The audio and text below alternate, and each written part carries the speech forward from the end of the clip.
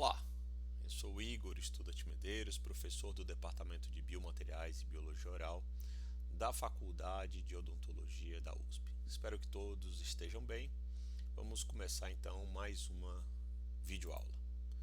Na aula de hoje, nós vamos trabalhar os materiais de moldagem anelásticos, classificação e generalidades.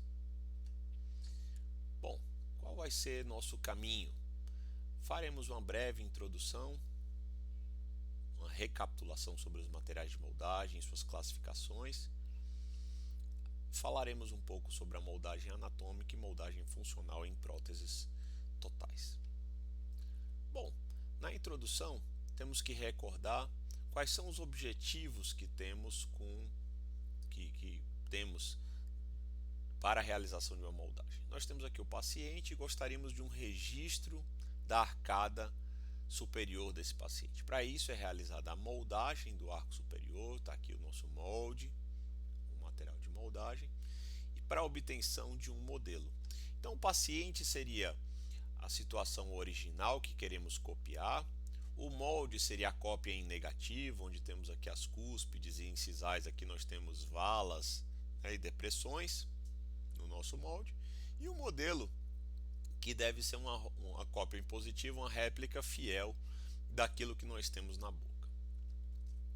Muito bem, para realizar esse procedimento, nos valemos de um material de moldagem que deve ser inserido na boca totalmente fluido, capaz de escoar para preencher os espaços que queremos moldar.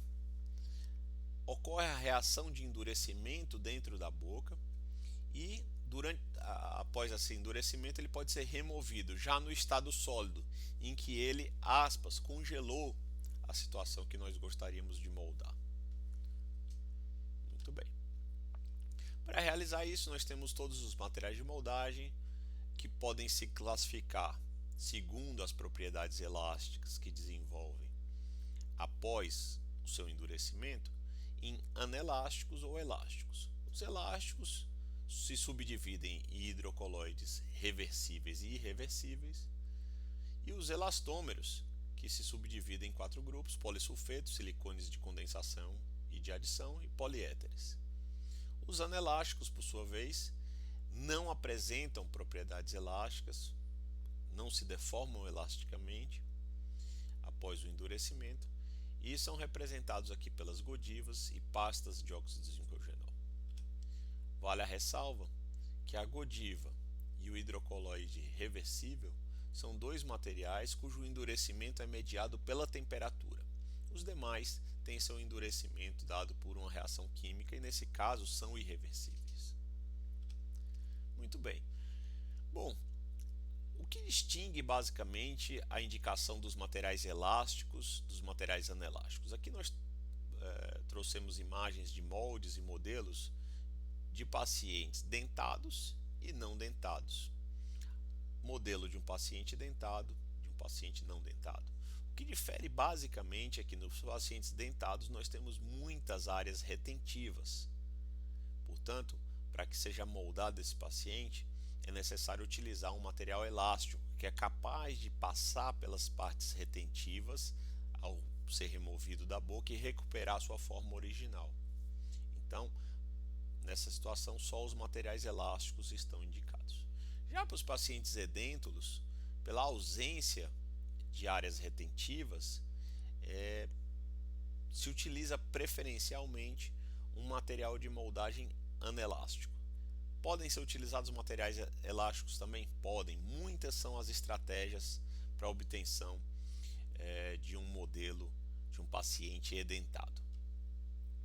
Muito bem, então vamos explorar um pouco mais alguns aspectos dos materiais de moldagem anelásticos.